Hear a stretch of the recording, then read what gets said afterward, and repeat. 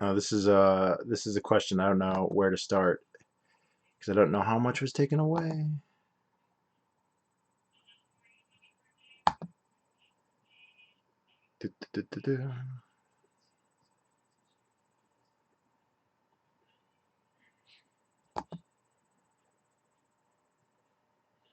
All right, all right, all right.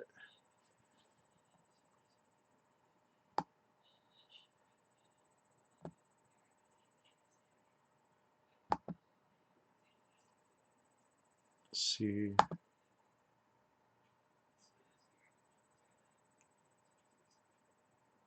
Zero viewers. Holy cow. Round two. Steven, how does it sound? Does it sound okay? How's the drop rate? Hey, Ron, Jackson Hobbs. So there's a little bit of delay. There's people commenting and it says there's zero viewers. So that's not correct. Hope maybe it's undercounting all the time.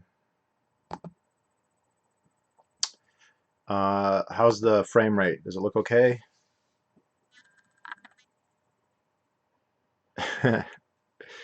Hey, can you help me put on my DTRs? Yeah. You stopped recording when you said abortion could be considered more of a rights violation. Okay. So I went on to elaborate that point to probably more than I needed to. But the basic point is that just because there are other issues that are arguably more important, and actually it is a interesting philosophical question on how you gauge what is more or less important. But I'm perfectly willing to concede that there are issues that even I think are more important than circumcision and foreskin. Okay, so because you take a position on a topic doesn't mean that you're saying it's the most important topic. And I would say that a person making a comment like this, um, they are almost certainly not saying that. You unless you think that there's only one topic and that's the only thing you can talk about, and everything else is unimportant, whether it's nuclear war or hunger or poverty or racism or entropy death of the universe or the sun going supernova and melting the earth. Um, I don't think that this guy is going to go around and say none of that stuff. That's the only thing that matters, and everything else should no one should waste their time on it. Uh, so let me go back here. So again, um, be, I'm not arguing that circumcision is the most important issue. It's not. It doesn't need to be for it to be a real issue. And I think what's interesting is I highly doubt this guy is going around commenting on every video that's not about his top 3 or top 4 most important things and saying, why are you debating this? Why are you spending time on it? And actually, it's kind of a little bit uh, ironic because he's arguing, he's spending time defending circumcision. Who cares whether circumcision is legal or not legal?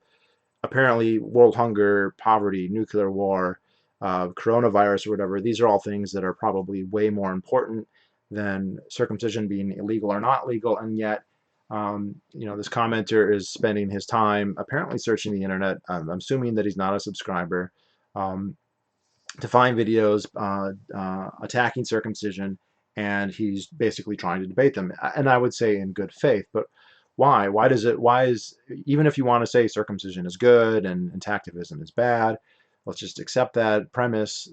You don't think that's the most important issue. I'm assuming you think the things that you listed, war in the Middle East, nuclear war, hunger, poverty, and you could list a whole bunch of other ones, climate change, racism, that these are all things that are more important, and those are the things you should be commenting on. You should be going out, and if you're going to write a paragraph or 2 paragraphs to try and change the world, why are you expending on validating baby dicks being cut? Why is that the thing that you're spending time for? Now, I don't know. I can't see this guy's chat history or whatever. Maybe if we found him, we would find out that he spends 99% of his time, trying to fight poverty on YouTube and not trying to justify cutting baby dick, but I kind of doubt it. I could be completely wrong. It's just supposition on my part, but I just don't think that this guy's only motivated by it. And again, that doesn't affect his argument that, well, circumcision is not the most important thing. Again, I agree it's not.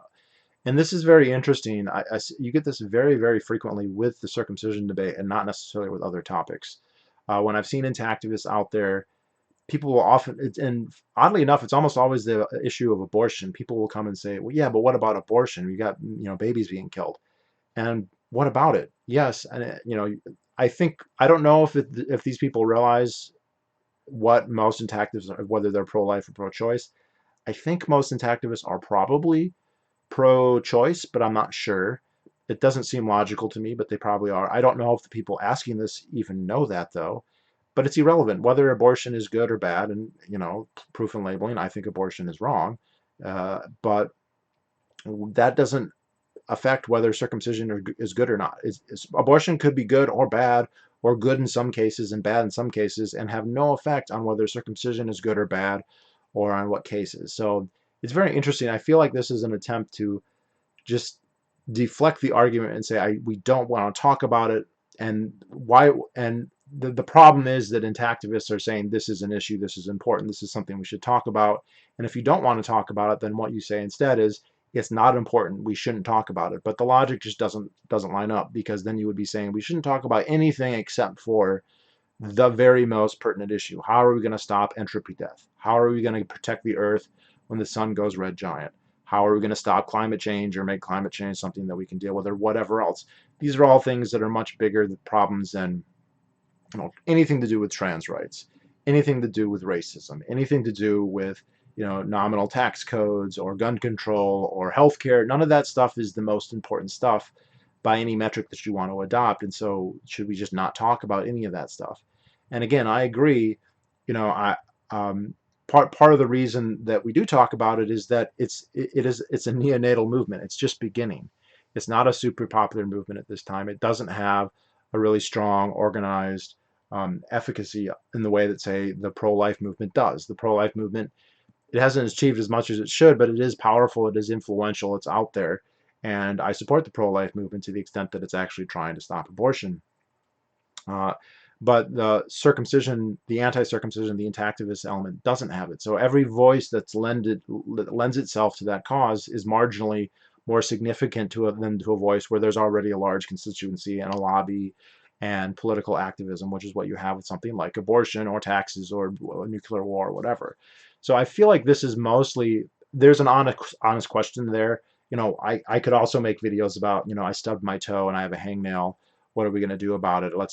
But I'm not. The other topic, my other pet topic, as most of you know, is communal showers. Now, I don't think that communal showers is a moral outrage or a violation of the NAP or anything like that. I think it's a socially beneficial activity that has lamentably declined. And what I saw is that, well, it doesn't really have an advocacy. It doesn't really have a group of people who are anyway talking about it or trying to promote it in even the most marginal sense. And so somebody had to do it. And so that somebody became me. With intactivism, I'm obviously not anywhere close to a pioneer in that sense. It's been going on in a kind of a consistent way for 30 or 40 years. And it's really picked up in the last 10 or 15. And there's many, many voices out there, but it's still a relatively new movement. And most of the country in the United States is still default pro-circumcision. And that is something that needs to change. And so we need to talk about it. And just to say there are bigger issues, which I assent to, is true, doesn't mean that the intactivists are wrong or that they don't have good arguments. So let me make sure.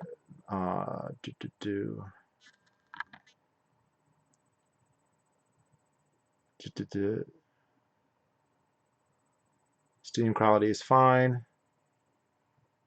All right. I'm just going to keep recording, guys. Keep leaving comments. I'll see them in a minute. I don't know why the stream is like this, but I'm going to do what I can. So leave comments, and I'll see them in a minute. Okay, so let's go back. So then he goes on.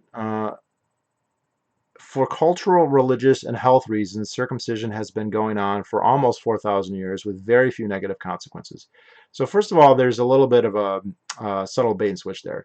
It's been going on for religious reasons for thousands of years, 4,000 years. That's an interesting round number to pick. We don't know that. It probably does go back that far, but we're really not sure. The evidence of circumcision among the Hebrews doesn't go back that far. The evidence that it goes back among the Egyptians, a little bit better. But we don't know how widespread. But it was definitely being done for religious reasons. They weren't doing it for health reasons. Uh, Religious and cultural reasons blend, and I think that it's fair to say it's more religious. With Jewish people, it's more, quote, religious. But the idea that there are health benefits to circumcision is a relatively new idea. It wasn't even discussed at all until the very end of the 18th century, and they weren't even talking about health as we would understand it. They were encouraging circumcision to stop masturbation and to stop sexual pleasure, which they thought had health benefits. It wasn't until the second half of the 19th century that it started to be really pushed for health reasons generally. And again, these are for what we would now consider clearly pseudoscientific and erroneous health reasons, that um, playing with masturbating was bad for you, that the foreskin would stimulate your brain, that the foreskin would make it harder or easier to catch things like chlamydia and gonorrhea and syphilis, and that circumcision would protect you from those diseases, which it doesn't. There's no evidence that it does, but they thought that there was evidence. Some people did anyway. There are actually plenty of people, even in the 19th century, who did not fall for that, who were not persuaded by it anyway. So, and it's odd too, because what's the most popular thing now, like the strongest argument they have for health reasons is, I would say, probably the HIV studies, but the HIV studies are at this point less than 15 years old. So it's kind of a goalpost shifting, or uh, to think that, well, for 4,000 years they've been doing this for health reasons. No, they've been doing it for religious reasons for, if you want to use that number, 3,980 years, or 3,850 years or whatever. And it's very interesting. This has been a very interesting phenomenon where people, after it became popular in the late 19th and early 20th centuries, people started saying, "Oh, well, it's healthy. It keeps dirt away, and it keeps grime away, and it lowers sexual pleasure, and it stops masturbation." And so maybe that's why the Israelites promoted it. Maybe the God of Abraham was so wise that he gave Abraham this wonderful procedure that would have all these health benefits. That it was a prophylactic procedure, but that's not true. That's not what the Bible said. That's not what any Jewish thinkers thought. Nobody was saying that we're doing this for health reasons, or that God gave it to us for health reasons. In fact, quite the opposite. The whole point is that circumcision is a sacrifice. Okay, Abraham, in the first temple Judaism, you had to make sacrifices of livestock, of goats and sheep, and then most anthropologists think that circumcision actually began as a form of child sacrifice. You would sacrifice one of your sons, and then this became kind of a substitute. You would sacrifice just the foreskin instead of the entire sub. Um, so the thing is with sacrifice is you don't sacrifice something unless it's actually valuable. So it wouldn't make sense to sacrifice your toenails or your excrement, right? God didn't command Abraham, "You're making a covenant with me, and I want you to take some of the hair that you've cut off your head and sacrifice that to me," or take a shit on the altar and have that be the sacrifice, or your toenails, or piss, piss in a cup and give it to me. They would never have said that. That's not a sacrifice. You sacrifice something that's valuable. And so by implication, a foreskin is valuable. It doesn't do any good to sacrifice something that's worthless. And so again, they weren't doing it for prophylactic reasons. They weren't doing it to stop HIV or to stop syphilis, neither of which even existed back then. I don't even know if chlamydia and gonorrhea existed back then. I'm sure they had some STDs, but I don't know if they went that far back. Syphilis and HIV definitely did not. And of course, it doesn't even protect from those. We'll get to that in a minute. So this is a very interesting telescoping, that they're taking claims that are very new. In the case of the HIV studies, less than 20 years old, and telescoping them back and making it sound like, "Oh, wow, this is what the Jews and the Egyptians were talking about." No, they were just doing it for religious reasons, reasons that people who don't follow those religions find completely worthless and meaningless, because they are, right? Um, so let's go back here, see how this is going. So it looks like it's kind of working. All right, so continue. Then he goes on, 70 to 90% of American guys are circumcised and they live normal, happy, healthy lives. So yeah, but most people around the world are not circumcised. Most Americans are not circumcised for religious reasons or cultural reasons. They are circumcised for medical reasons that are all basically bogus, right? Nobody, unless you were 10 or 11, you didn't get circumcised because of these HIV studies that were done in Uganda and Kenya and South Africa. You were circumcised because they circumcised everybody, and that became popularized to stop things like masturbation, to stop sexual pleasure, to prevent you from having smegma, to prevent you from uh, getting a neurosis because you were playing with your dick, right? That's what popularized it. That's where it came from. And again, it's interesting. He says, uh, he says, for cultural, religious, health reasons, it's been going on for almost 4,000 years with very few negative consequences. I'm wondering what he means by very few negative consequences. Like, what is that an allusion to? What is he conceding there? He doesn't elaborate, so I'm kind of curious. What are those very few negative consequences? I would say that that's not the case, though. 79% of Americans are circumcised and live normal, happy lives. Okay, so it's very understudied what effects this has long term. We don't know. There are anecdotal evidence to suggest this is quite serious. For instance, Americans use lube. Americans need to use lube very often to masturbate, not always, and for sex, again, not always. Much more so than people from primarily intact cultures, which must be stressed is the vast majority of the world. Um, so we don't know that. We don't know what percentage of ED in the United States is because of circumcision. And I'm not saying it all is. And it's hypothetically possible that none of it is, but I think that's rather unlikely. The point here is that when you do this to a baby, then even if you do reduce their sexual pleasure by 90%, the 10% that remains will feel like the entire experience for them, and they will not know any better. Um, so they will grow up thinking, quote, I feel fine. And the thing is, the most direct analogy here is with female circumcision. Okay, when you circumcise a girl, no matter how much clitoris you take off, no matter how much labia you trim, they're going to grow up and that's going to be normal to them. They're not going to miss the orgasms they would have had from the tissue that's removed because they've never had them and they never will have them. And you know what? The vast majority of circumcised women don't complain. They don't bitch about it. They don't say that they feel less like women. They say they like it. They say it's cleaner. They say it's nicer. And we'll come into this later, but they think it's more desirable by men, right? Men in Egypt and Sudan and Somalia prefer circumcised women. Is that a really strong argument to circumcise girls? No, obviously not. And by logical extension, neither is to say that American women, and I think this is erroneous at this point, but American women prefer cut dicks. So, uh, no, we don't know the full harm. We don't know how many botches there are. We don't know how many men have too tight foreskins. Again, they do not know this. I have met many men who had skin bridges, which are a direct result from a circumcision. They're they look ugly, they get in the way, and these men are upset about it. They know they look different. They try and hide it. They don't want people to see. They're self-conscious about it. None of the ones that I've met, and it's been over half a dozen now, um, knew what caused them. They did not know it was from circumcision. So they certainly did not blame circumcision. They were not intactivists, even though they had botches. And this was even admitted in the AAP report, the very infamous 2012 American Association of Pediatrics um, uh, report on circumcision, where they said the benefits, quote, outweigh the costs. But in the same report, they admitted we don't know what the costs are.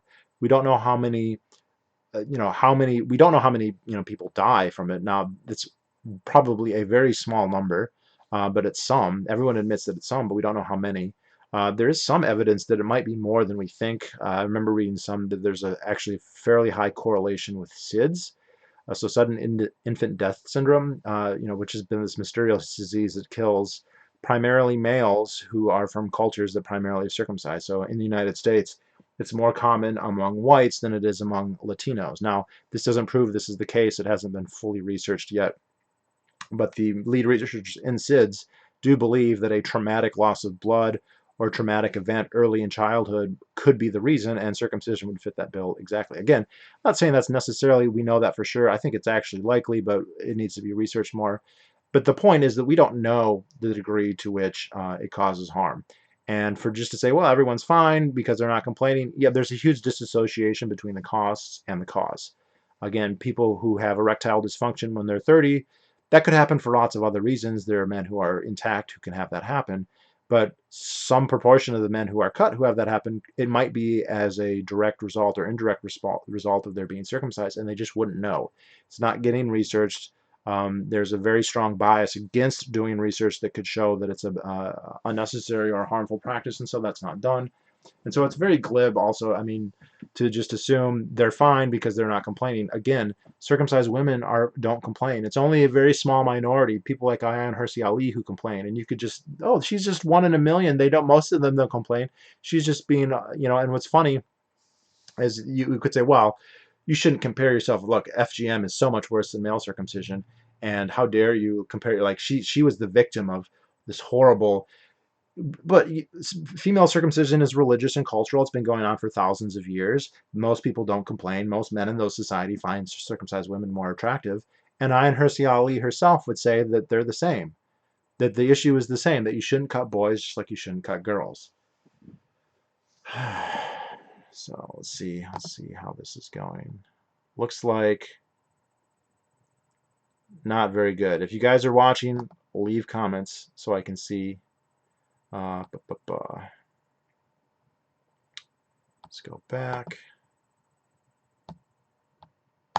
So, in the USA, uncircumcised dudes are in the minority, and they generally have inferiority complexes and a fear of rejection by women who will overwhelmingly prefer circumcised men. So again, this argument doesn't say why circumcision is good. It just points out that it's the majority.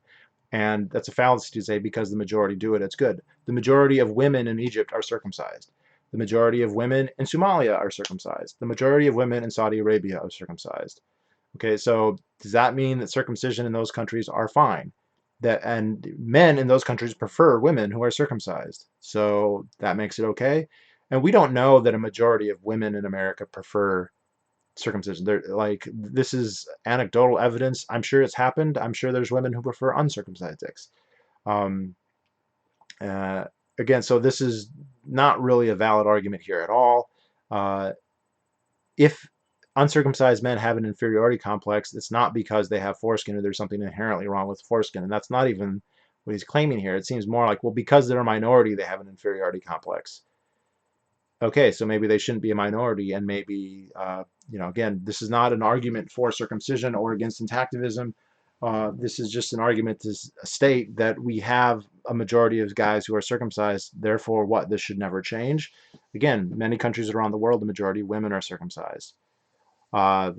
There's countries where the majority of men are uncircumcised. So does that mean circumcision should not be allowed in those countries because the men in those countries will feel like minorities and they won't fit in, and most men will be uncut, and they'll be cut and they'll look different, and maybe they'll have an inferiority complex.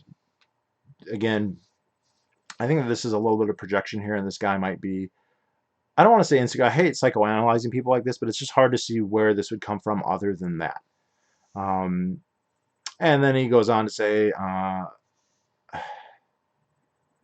okay, I'm ready to get all the hate responses, but I really don't give a shit. Get a life. Well, he didn't get any hate response. He posted this 11 months ago. I just saw it like a couple days ago, and I was the first response. Also, the whole get a life thing, I mean, he's the one going out there out of his way to debate the topic. He wants to defend cutting babies. He's acknowledged there's other issues, that intactivism is not as important as whatever, world poverty, nuclear war, stuff like that, and I would agree. But if intactivism isn't that important, is getting babies cut that important? And it's so important for circumcision to be defended against the people who are attacking it. So he's going out, and again, assuming that he's not a subscriber, and I don't think that he is, he's going on YouTube looking for videos on this topic and making sure he can try and debate to some extent to defend continuing the practice. So looks like it's working. Awesome. So all right, let me get to the comments. I have a cousin who's having a boy in a few months. I tried to have a conversation with her about circumcision, but she ignored me. Yeah, and this is frustrating. I just found out that my cousin's having his third son. I don't know if he circumcised the first two, and I'm not sure how to go about talking to him about it. The problem is parents will view having this discussion when they have a kid coming up. Very likely they'll get defensive and say it's not your kid, none of your business. Even if you are a relative, when it nominally is somewhat your business, they would say, hey, we have the greater stake.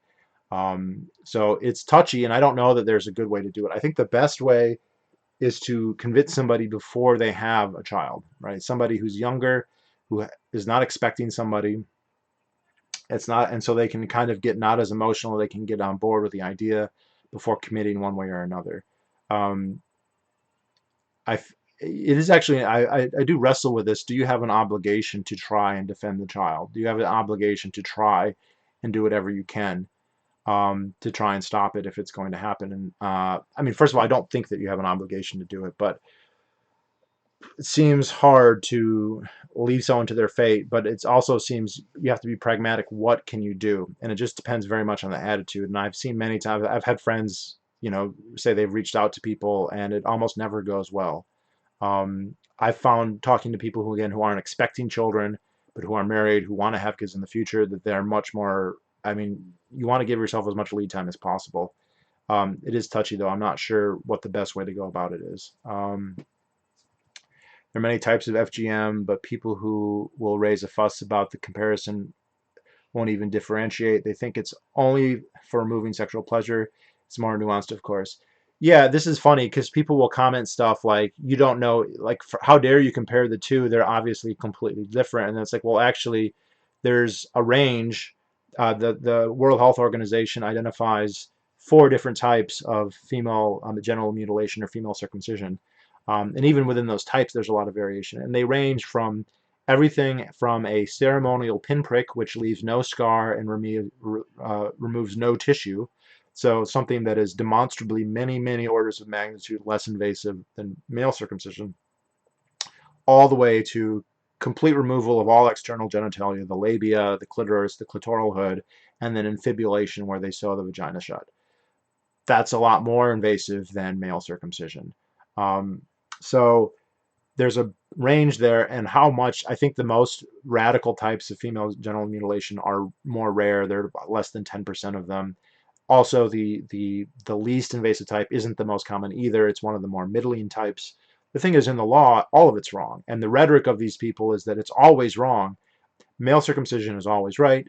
Female circumcision is always wrong. Female circumcision is always worse. It's interesting that they say worse.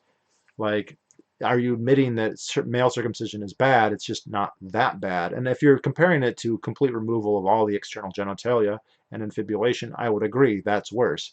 If you're comparing it to a pinprick or a ceremonial scrape, or removing a tiny, a couple milligrams of the clitoral hood, I wouldn't advise that. I think that's bad. You shouldn't do it. But that's not comparable to removing the entire prepuce. So, yes, there are gradations here, and I've never yet had a pro-cutting person, a defender of male circumcision, who indicated that they were aware of any of that. Right? They are aware of the talking point of saying that female genital mutilation and male genital mutilation are completely different, and they're not. They're very similar in principle. They both have religious roots. They both have cultural roots. They both have arguments made about their health and their cleanliness. So Sunni and Shia Muslims all believe. In fact, it's interesting. There are no cultures that circumcise females that don't also circumcise males. They do both. And listen, the benefits that people list for male circumcision are so vacuous, because basically what they're saying is, if we get rid of the foreskin, any problems associated with the foreskin will be gone, which is true. But that's true with any body part that you amputate. If we amputate your lips, you'll never get infections on your lips. If we amputate your earlobes, you'll never get infections on your earlobes. If we chop off your hand, you'll never get a hangnail. And if we remove the labia or the clitoris or the clitoral hood off of a woman's vagina, then those areas will never get cancer, they'll never get infected, they'll never get dirty, they'll never need to be cleaned. And these are all benefits by the logic of male circumcision. So why wouldn't they be benefits by the logic of female circumcision? The only kind of argument they really have here is that, well, there's no medical evidence that that's good. And it's like, well, yeah, because in the West, it's completely illegal to study that. You cannot study studying the medical benefits of female circumcision is a crime. It's literally a crime. It can't be studied. Whereas studying male circumcision is totally legal. But it's not implausible to think if you remove this tissue, then this tissue will not have any problems in the future, which it won't. It will be cleaner, it will be easier to clean. And actually, Parisia, I saw your video where you talked about labia. It's okay, gross topic for me. I don't like talking about labia, but there are women who don't like that their labia are quote too long. They have extra labia. It's annoying during sports, and it's harder to clean, and their UTIs are higher. And it's perfectly legitimate for an adult woman to say, I want to get a labiaplasty. I want to get these either removed or reduced. But you wouldn't then go and say we should do this to all children because there's a chance 4% of them or 1% of them in the future might want to get it done. Uh, uh, so let's see. I don't even think any type of circumcision is wrong as long as it's consensual. If you want to go ahead, leave your baby's dick alone. Yeah, fine. And I don't think there's any part of the intactivist movement that doesn't recognize that. That there is a huge difference, and that's also the interesting thing about like the supposed medical benefits. And there's many problems, especially with the HIV studies. But those were studies not of men circumcised as babies, but men circumcised as adults. And so they're just assuming that those benefits, extremely mild and controversial though they may be, would apply to babies born and getting circumcised in a neonatal period. And we don't know that. There's no studies that show babies circumcised as neonates have lower rates of catching HIV or anything else for that matter. Not even the one studies there have been on UTIs, and those studies have not really stood the test of time. They've not aged very well because there were corrupting influences there involved in those. And also, girls get UTIs all the time, and nobody would say, well, we should circumcise girls to reduce their UTIs. Leave both genitalia alone unless for sexual pleasure.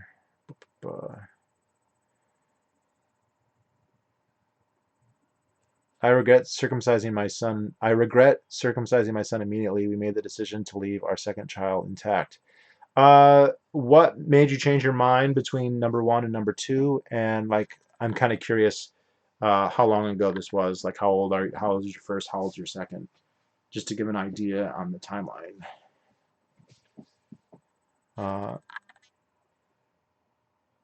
Talking to them before pregnancy is probably best. I agree with that. It's a hypothetical argument at that point, which means it's not personal, right? If they're not expecting a child, then you can have a much more intellectually honest discussion about the rights of the parents and all that. Once they get into the parental mood, they become much more emotional, understandably, and it becomes much harder to have any kind of rational response. Now, being a parent doesn't make you predisposed to circumcision necessarily, but it can make you defensive about being told what to do. You want to start asserting your parental authority, and most parents do, and they can resent to the point of circumcising just to show this is my authority, I have the right to do this, and you don't. So it's a little bit late at that point. Like if you're rushing into the hospital the delivery date to try and stop them, it's unfortunately it's too late. Like it's kind of groundwork that has to be done before, I think, in most cases. No, it's not to say it never happens. There are people who hem and haw and it's the last minute they decide one way or the other. But if you have, it's something I think that if you can, and it's not easy because it can be awkward to bring up before then, and to talk to people both, because like again, I've had friends who reached out to people and were like, saying, hey, don't do this, and they're like, it's none of your business. It just came up to me because I was just talking to, we had a family chat on my maternal side of my family, and one of my cousins is having his fourth child, which will be his third son, and I actually don't know if his first two are circumcised or not, but I am wondering if maybe I should talk to him about his fourth just in case. So unrelated, but does anyone see the new Waco series? It's very well done. It's on Netflix. I heard it was good, but it wasn't on Netflix. I heard that it was on like Paramount Television. Have you heard of any methods of restoring foreskin, and do you know anything about their effectiveness? If so, CW, I actually do. I've got a couple videos. If you just do a search, the main one is titled Foreskin Restoration, and another one is titled How Long Does Foreskin Restoration Take? And a third is titled What Methods of Foreskin Restoration Can You Use? So I have definitely heard of restoring your foreskin, and I've definitely tried several. I don't know if most, but several of the methods that people use. Uh, Most of the methods I think are effective. If you can find a method that you can use regularly in a daily, part of your daily routine, it's comfortable. If you can wear a device or a tape or whatever for extended hours during the day, then it is effective. It does take time, frustratingly long time very often, but it's something that you can do, and it is effective to a large extent. In terms of aesthetics, restored penises can look indistinguishable from cut penises. In fact, I just today was talking to a guy in Grinder, and I sent him pictures, and he's like, "Wow, I love your uncircumcised dick." And this guy was definitely uncircumcised. When he sent his pics, he had plenty of foreskin, and so it gets to the level where an uncut guy will think that you are uncut, even though you are not, um, literally speaking. So it's effective in looks. It definitely, if you grow more skin, then just by definition, you have a functional increase. You can do things. You have techniques you can do with the skins, whether it's masturbatory or in terms of sex, that you can't do without them. So there's that. The most variation is going to be in sensitivity. I haven't heard anyone who didn't get some gain in sensitivity, and normally it's fairly dramatic, but it does vary, and it also varies when it will happen and how long it takes. The biggest variance is how long does it take. Some people have done it in like a year or 2 years, some people 4, some people 10. I think it's more like probably like a 7, 8 year thing for most people. Now, it might be different for you. I think most people have difficulty getting a really effective method that they really lock in right from the get-go. But if you can, it's possible that you can do it in a few years. I just watched it there, but it might be there as well. I want to see it. Forget the guy's name, the actor who plays David Koresh. I heard that it was good, but I have Netflix. I don't think it's on Netflix though, to be honest.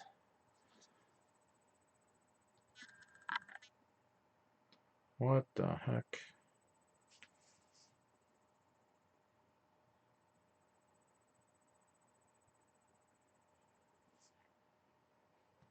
How's the stream? Is it looking good?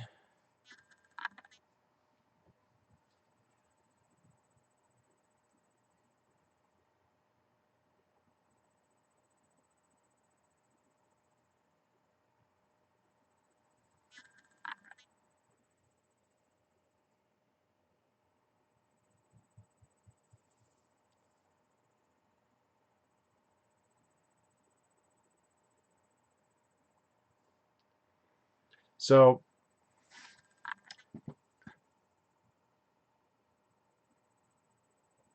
why should other people have the right to decide what you do with your cosmetically, especially when it's impossible to have formed an opinion about anything at all? No opinions, no consent, no surgery.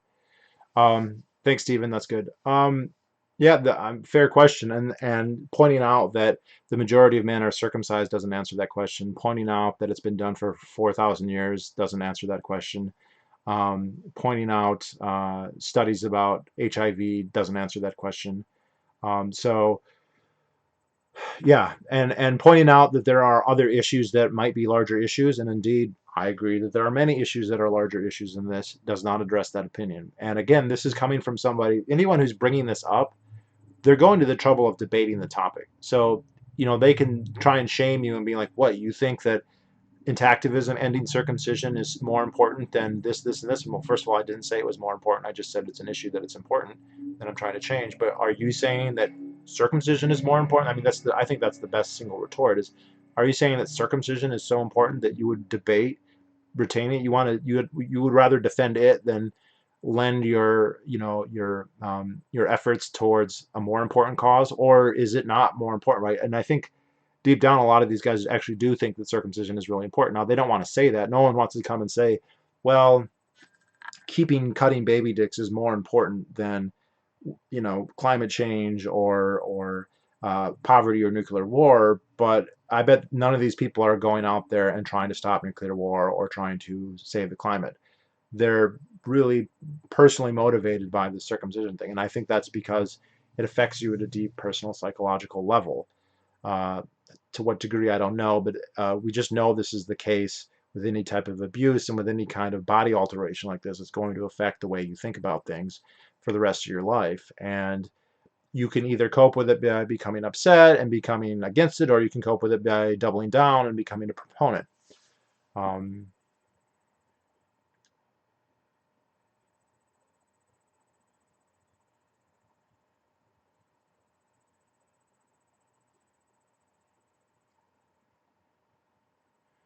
Seems like, quote, should neutral discussion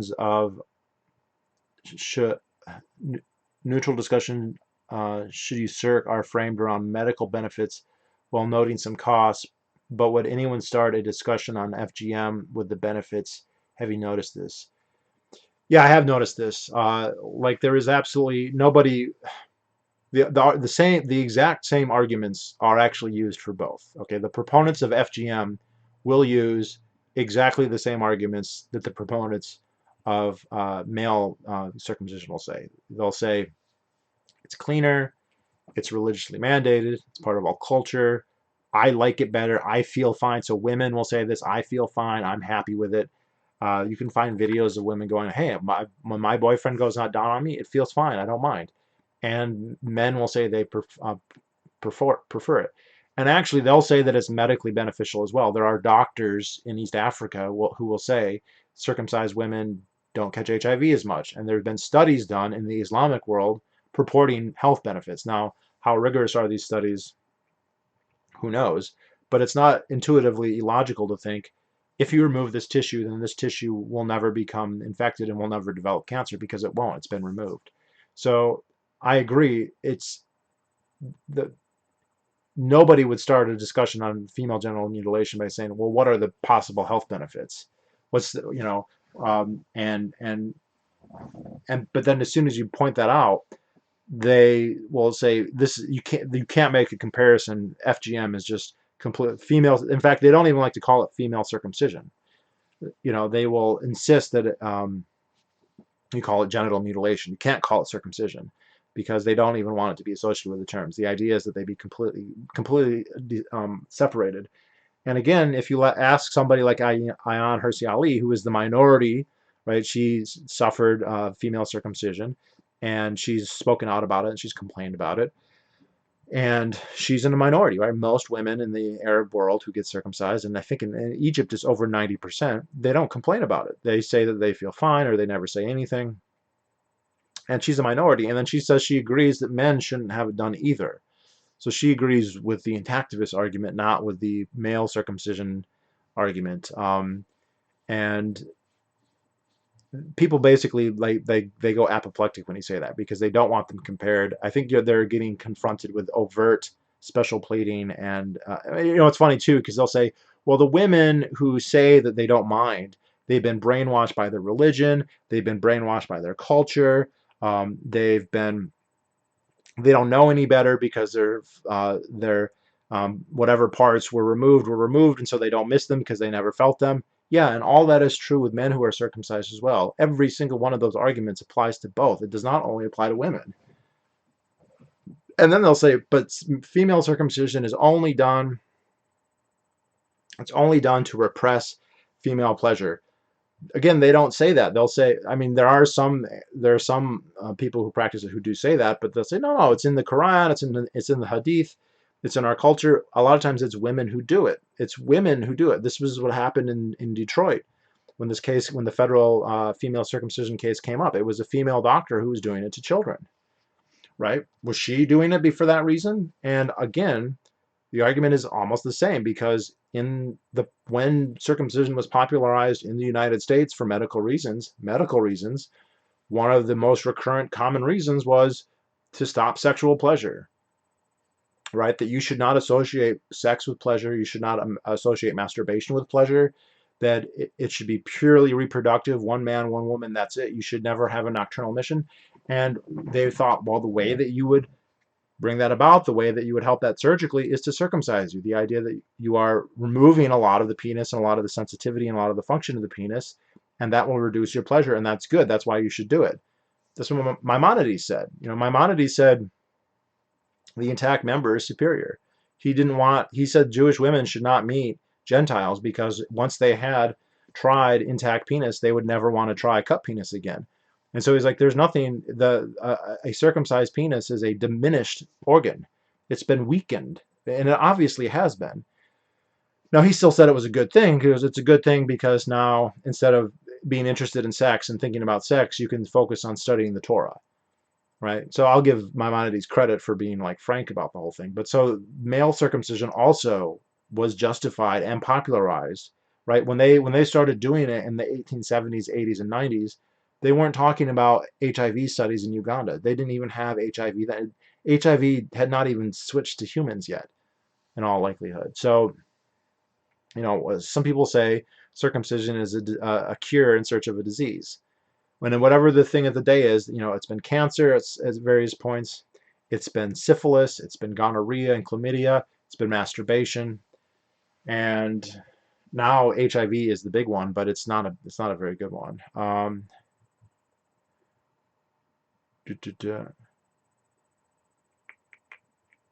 seeing some lag in the video. Yeah, I don't know what it is. I don't know about tonight. I think that just the internet's not very good because of coronavirus. I doubt labiaplasty and removal of the clitoral hood would be as harmful to sexual pleasure as male circumcision. Can't be sure, but the opinion is extremely taboo. It's just hard to know. I do think that um, the most, the ceremonial pinpricks or the scrapes where they don't remove any tissue and there's no scar, like a doctor could look at the girl a month later and not know that it had happened. That is demonstrably vastly less invasive. There's nothing removed. That's not even mutilation. You're doing an unnecessary procedure. You're inflicting potentially some pain for no good reason. So I would be against it. It's not a good thing. It's not justified.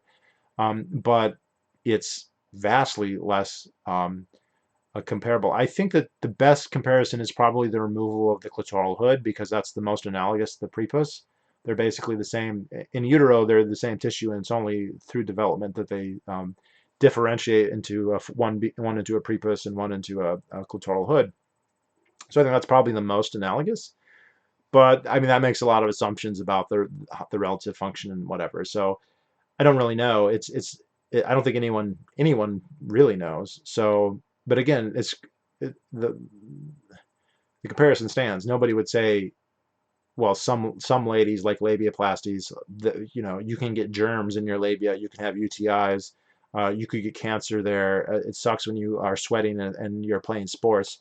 Like if you're a girl and you're on a lacrosse team, your labia might get sweaty. So we should circumcise every single little girl and cut off her labia. That just sounds so stupid. But if you say that exact same argument for circumcision, people find that really persuasive.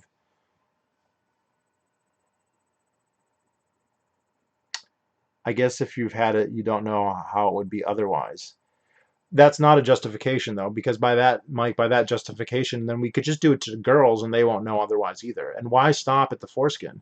Why not just remove the entire head of the penis? Because you won't miss that either. The only reason you would miss it is if you were the only one. And so if you were missing a head and nobody else was, then you might know you stood out and it might feel different.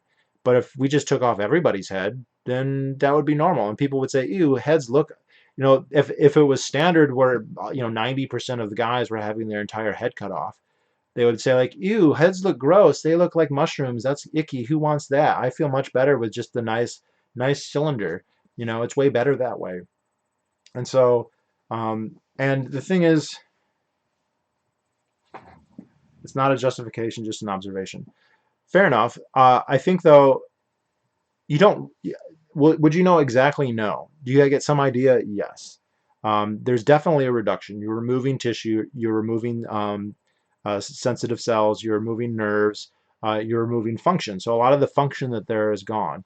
And you can get some idea if you restore. You don't get it all back, but you get more skin back, and you can get some of the function back. And I can tell you that having skin where you're able to masturbate with the skin and fuck with the skin, it feels way better. I mean, it's much nicer. The motion, you don't need any lube, and the orgasms are better, and it feels better. And that's with only a very tiny partial. That doesn't get you back to being fully restored or like being uncut. It gets you like 10%, 20%, something like that, probably. And that's a massive difference. And the other thing, being gay, like interacted with a lot of uncut dicks. And yes, I can't feel what they're feeling, but I can see how they react. And they can have full orgasms from stimulation on tissue that is completely eliminated from guys who are cut. Right? So the frontal band is completely eliminated in every circumcision, no matter how mild. And men can have complete full body orgasms just from stimulating the frontal band, the ring band. The same thing with the frenulum and the frenular delta, the inner foreskin, even just the glands.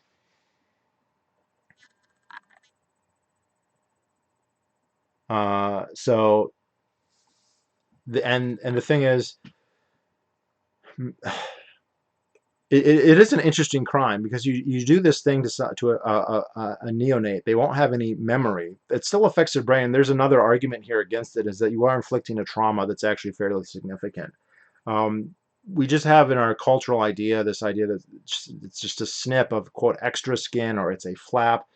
The descriptions are never accurate, and they don't convey what's going on, because of a prepuce, when you're born, is fused to your head.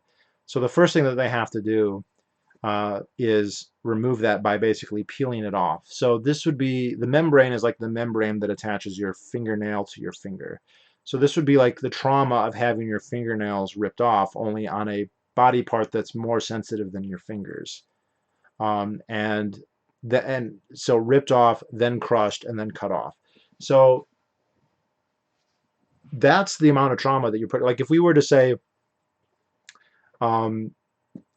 take a baby and we're going to peel off a couple, let's not do all of them. Let's peel off like his thumbnails, and he'll have his thumb. He'll be able to, you don't really use your nails for very much. So you could still be alive, and you could still, be normal and whatever, but like you would be inflicting this enormous trauma on a neonate. And the worst time to inflict trauma on somebody is when they're a neonate. If somebody did that to me now, it would suck. That would be torture. But like, I'm an adult, my development and stuff, my brain structure is rigid enough that it's not going to fuck me up too bad in the long run. But if you do it to a neonate, the repercussions are much larger. But with circumcision, we haven't studied as much, so we don't know for sure. Circumcision is like clitorectomy in terms of the destruction of the only location of the fine touch nerve endings. Could be true, Greg. I don't know for sure that, but yeah.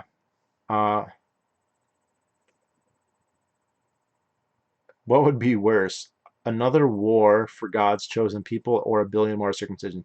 Stephen, you would have to stipulate how big the war for God's chosen people would be, because if it was small enough, then the answer would be the war, or the circumcision would be worse.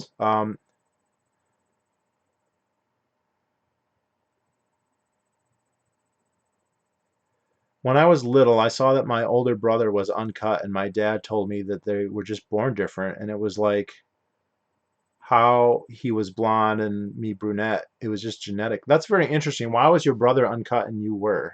Um, yeah, that's Greg. I'm asking the same questions. War with Iran. Nuke. Yeah, how many casualties? Right. I don't like. It's again. It's you can't really do a cost benefit analysis on that. They've already bombed Iran a couple times. A billion circumcisions is a lot. That's every baby that's going to be born for the next couple years. Every boy, like that would be like a decade or more of all the baby boys, right? I think more than that. Population's not going to go up 2 billion in 10 years, is it?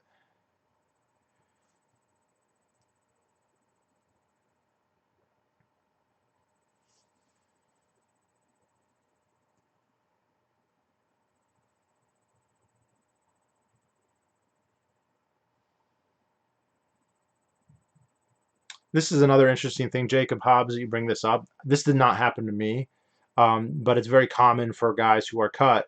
At some point when they're kids, they do meet somebody who is intact, whether it's a brother, a cousin, friend. Maybe they go to a pool, maybe they go to a campground, Boy Scouts, whatever, and it's usually confusing at the very least, and sometimes it's traumatic. Not always. I think the initial reaction is that's confusing.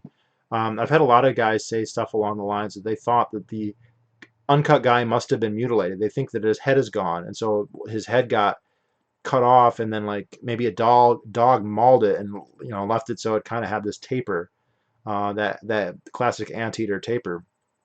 And then a lot of these guys, what they'll do is they'll ask their parents, or they will find a book or whatever, and the result is that they realize that they were cut, and then they can become very upset. Hey, I'm missing something, and they become, um, you know, why am I missing this? What am I missing? Why me? Why not them? Um,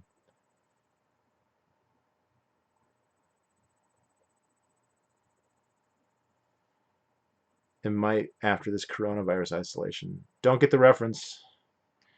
Um, no, that wasn't my experience. I had heard of circumcision, and the first time I saw one, I was 17, so I was past the age where I was like a gullible child. I knew what I was seeing, although I'd never seen it before. Um, and by then, I was already equipped with the excuses why circumcision was, good or better, um, or necessary anyway. I mean, say I've told this before, but like when I was in fifth grade in health class, we were given a very, very strongly anti-foreskin talk. That foreskin's dirty, it spreads diseases. If you have um, problems, if you have a foreskin, you have to be very careful because it will get dirty and like I believe this all the way through college, because when I first started learning about foreskin, it wasn't actually from meeting guys. It was from talking to actually subscribers. I had subscribers in the UK and in Iceland. And I asked them, well, how often do you get infected? And they just laughed. They're like, what are you talking about? Population boom in the works. Yeah, there's going to be a lot of divorces and a lot of babies in 6 months or 9 months from now. Actually, probably 8 months at this point.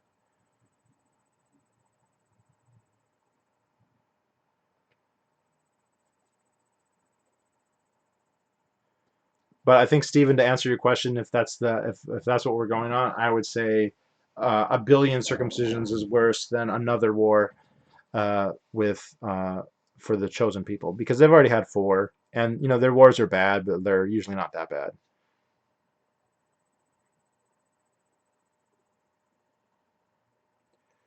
When I was 13, I was explaining my mom the evils of circumcision, and she genuinely surprised me when she told me she was circumcised. So you just didn't know? You didn't know you were circumcised, and how did you learn about the evils of circumcision? That's actually funny. There's an entire South Park episode that has that premise. There's a South Park episode when Kyle's son or little brother Ike is going to get circumcised, and they don't know what that means, and they go and they talk to Chef, and Chef explains that and Chef was clearly, he didn't, it's funny, the Chef character didn't explicitly describe why circumcision was bad, but he said that it was disgusting and terrible, and he didn't want to take part of it. And so the rest of the episode is the kids, the four kids, trying to save Ike from getting circumcised, and they're worried that his parents are some kind of cult members who want to cut his dick off. Now at the very end, the parents, the Bravlovsky parents, just say, no, it's not. It's just to make it, this is funny. They said it's to make it look bigger. Um, and I've never heard this before, but the idea that if you're circumcised, you look bigger. Now, it's false. You are actually smaller. So I don't know why that would be, but yeah, this is more common than you might think. Yeah, there's actually, I think the numbers are like 10%, around 10% of men misidentify their own circumcision status. So they either believe that they are cut when they are not, or believe that they are uncut when they are not. And I've met guys like this. I've met guys in their mid 20s who thought they were cut when they were uncut. Uh,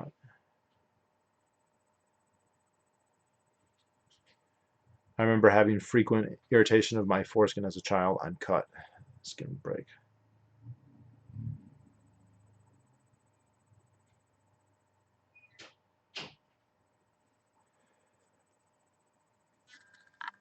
Made a video. Stefan Molyneux made a video on the topic I saw years ago, and I just imagine circumcision was, as you described, a mangled looking mess that I just assumed I wasn't.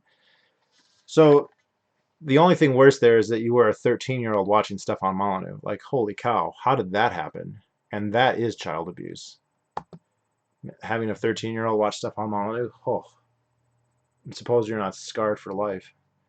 Um,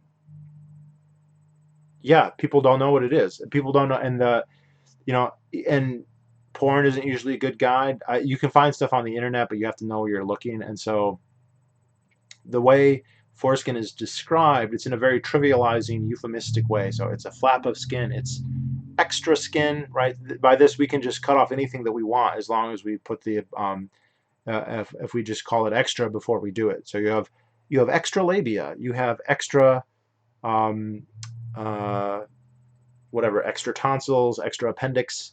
Um, Dead. Oh no, I froze.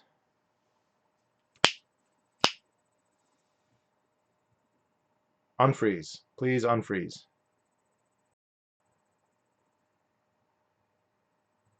Let me know if it's not frozen again.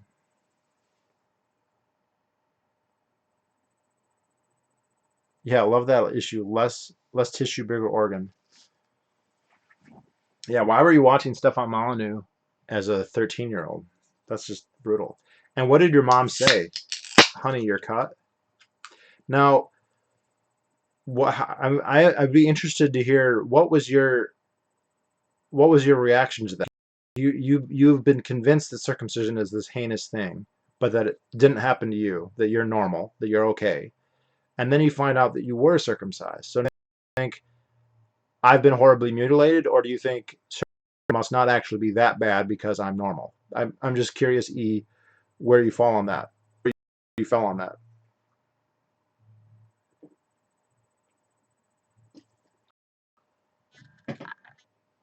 I also love how you're going to your mom and explaining all the stuff you saw and stuff on Molyneux. I'm fortunate that I didn't live at home when I became a libertarian, so I wasn't going back to my parents to describe everything I learned on YouTube.